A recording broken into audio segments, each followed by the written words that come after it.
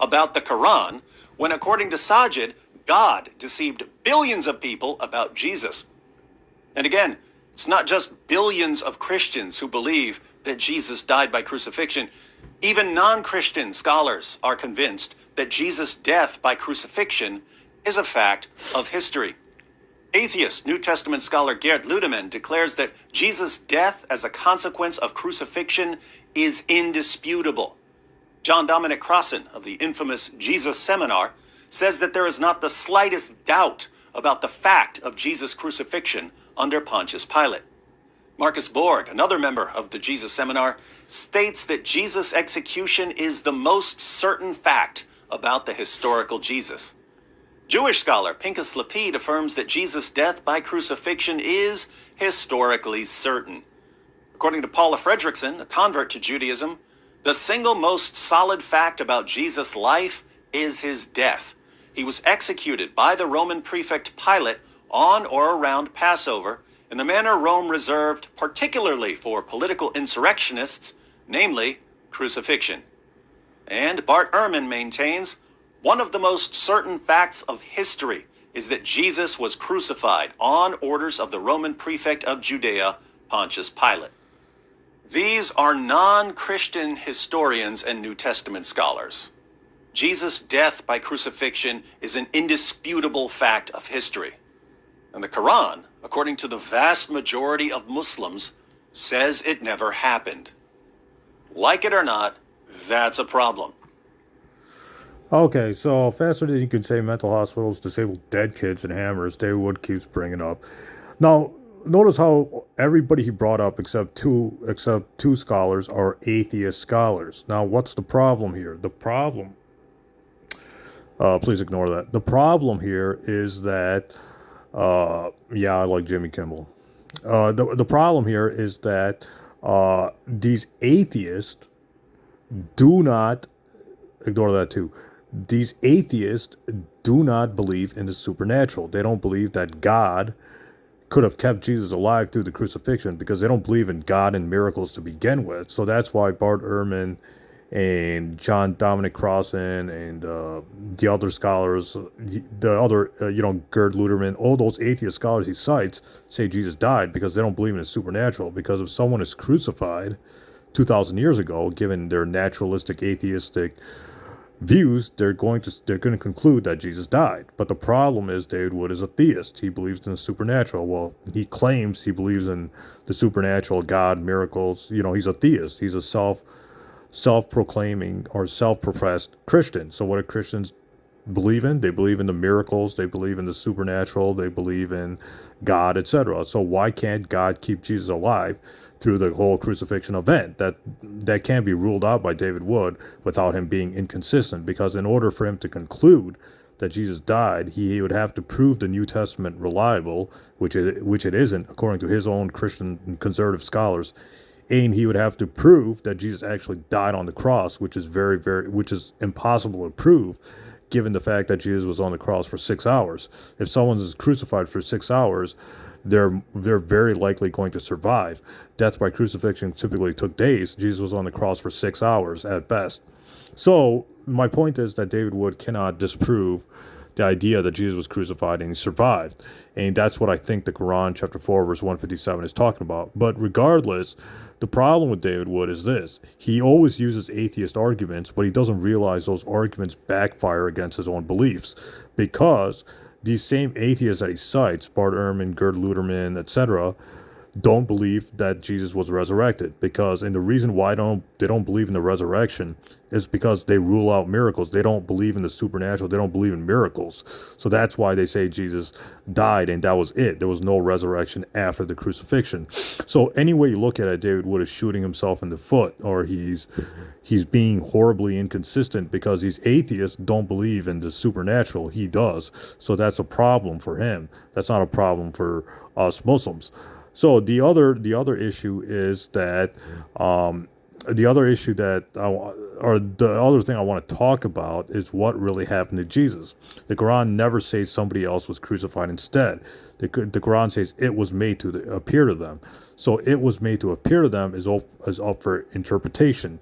The view that I favor and the view that Shabir Ali has propagated over the years is that Jesus was crucified and he survived. And Muslims can't disprove that notion because the Quran says it was made to appear to them, which does not mean someone else was crucified instead of Jesus in Jesus' place. So if Sajid is propagating the substitution theory to explain the Quran chapter 4 verse 157, well, I don't think he's right because the Quran says it was made to appear to them. It was made to appear to them does not mean somebody else was crucified instead of Jesus.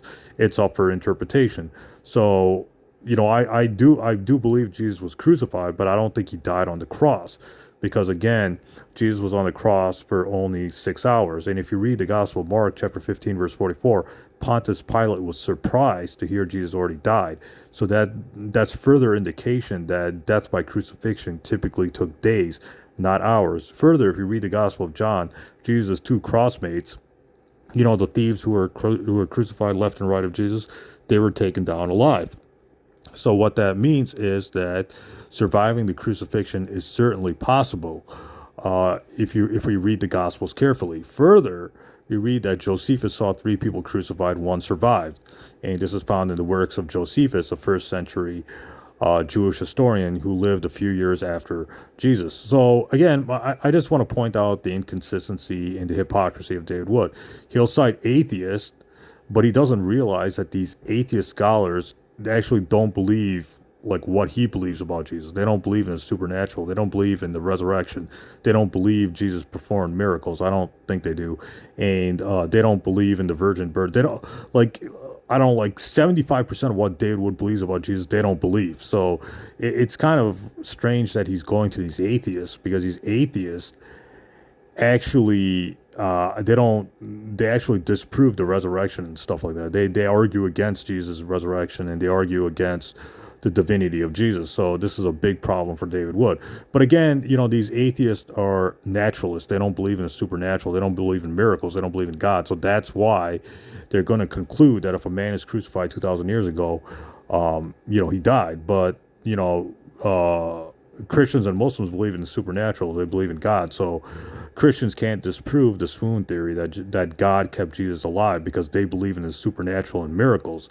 The only way they can reject that theory is if they become atheists, if they become naturalists and atheists and they reject all the supernatural views and they just they become atheists and they start believing in naturalism and anti-supernaturalism, then they can conclude that Jesus died given their anti-supernatural or the anti-miracle views. But David Wood believes in the supernatural. He believes in miracles. Christians believe in the supernatural. They believe in miracles. They believe in God. They believe that God, kept Jonah alive. They believe that God, raised Enoch into heaven and Elijah into heaven alive, etc. So why can't God keep Jesus alive through the whole crucifixion? David Wood will never be able to disprove the swoon theory. Christians can't disprove the swoon theory that Jesus was crucified and survived because they believe in the supernatural without being inconsistent, because they have to let go of their supernatural views or their theistic views in order to support Bart Ehrman or Gerd Luderman's view that Jesus died, because again, those people are naturalists, they're anti-supernaturalists. But a believer in God and a believer in miracles, like David Wood claims, he's a theist.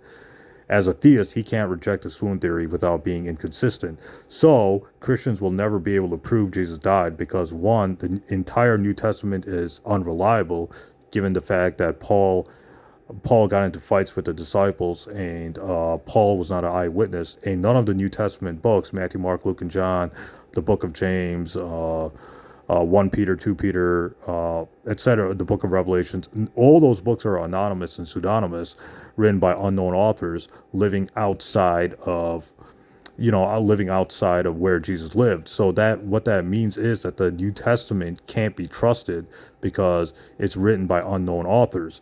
Thus, the entire New Testament becomes a very unreliable record of Jesus, as it's not based on eyewitness testimony. Like Paul was not an eyewitness to Jesus' life, etc. Paul never met Jesus, so that's a big problem. But anyways, this is a big problem The New Testament is a big problem because it's not a reliable source. It can't be proven to be historically true. Just read Bart Ehrman's book, Forge. Read even if you want to reject Bart Ehrman, that's fine. Read Raymond Brown's Introduction to the New Testament. He's a Catholic scholar who is well respected by both Protestants and Catholics. He even says the Gospels of Matthew, Mark, Luke, and John, and 1 Peter and all that is anonymous. There is 2 Peter is anonymous, etc. So even Christian scholars are saying the Gospels and the New Testament books are mainly anonymous and pseudonymous and unreliable, or were written by unknown Greek authors, unknown authors who had no connection to the disciples and Jesus. So that means the whole New Testament books are unreliable. But I'm getting ahead of getting ahead of, or I'm talking about something else here. I'm distracting from the main point. The main point is that David Wood is being inconsistent using these atheists, because if he uses these atheists, he has to quote what else they say. The thing is, these atheists reject Jesus' resurrection. They say Jesus was not resurrected, and they say that the Gospels are unreliable, and they say that that Jesus was an apocalyptic prophet, etc., etc. So they don't believe in, like, I don't know, like 75-80% of what David Wood believes about Jesus. They don't believe in, but David Wood is not citing that because they don't believe in the resurrection, and they don't believe that Jesus is the second part of the Trinity, or God himself. They don't believe that Jesus is God himself. At best, they say he's a failed apocalyptic prophet. If you read Bart Ehrman's book, Jesus, the Failed Apocalyptic Prophet, or How Jesus Became God, those books, go into detail how Jesus went from being a prophet to God in the gospel, from, the letters of Paul to the Gospel of John. So there's an evolution there that Bart Ehrman shows, but David Wood's not citing that. You see, he's not giving you the full story, or he's not telling you what Ehrman and Gerd Luderman and John Dominic Crossan actually believe, because these people don't believe in the resurrection and they don't believe in the Trinity. Thus, David Wood is being horribly inconsistent, or is being a hypocrite using them, because although they do say Jesus died, but they also say Jesus was not resurrected historically, and they say that the Gospels are unreliable historically, and they say there's no Trinity, or Jesus never claimed to be God.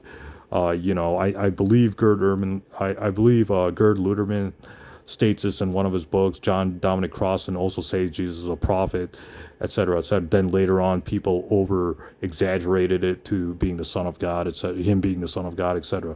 So my point is that David was being inconsistent using these atheists, because it actually backfires on him, or it shows his inconsistency, because they don't believe in the resurrection and they don't believe in the Trinity. And David Wood, as a Christian, as a theist, believes in the resurrection and believes in Jesus' divinity, which these atheists he cites don't. So again, David was being inconsistent using anti-supernatural liberal scholarship, and those same atheists reject, his beliefs about the resurrection and the Trinity, just deeming his whole argument flawed and inconsistent. Stay tuned, more videos come up ahead.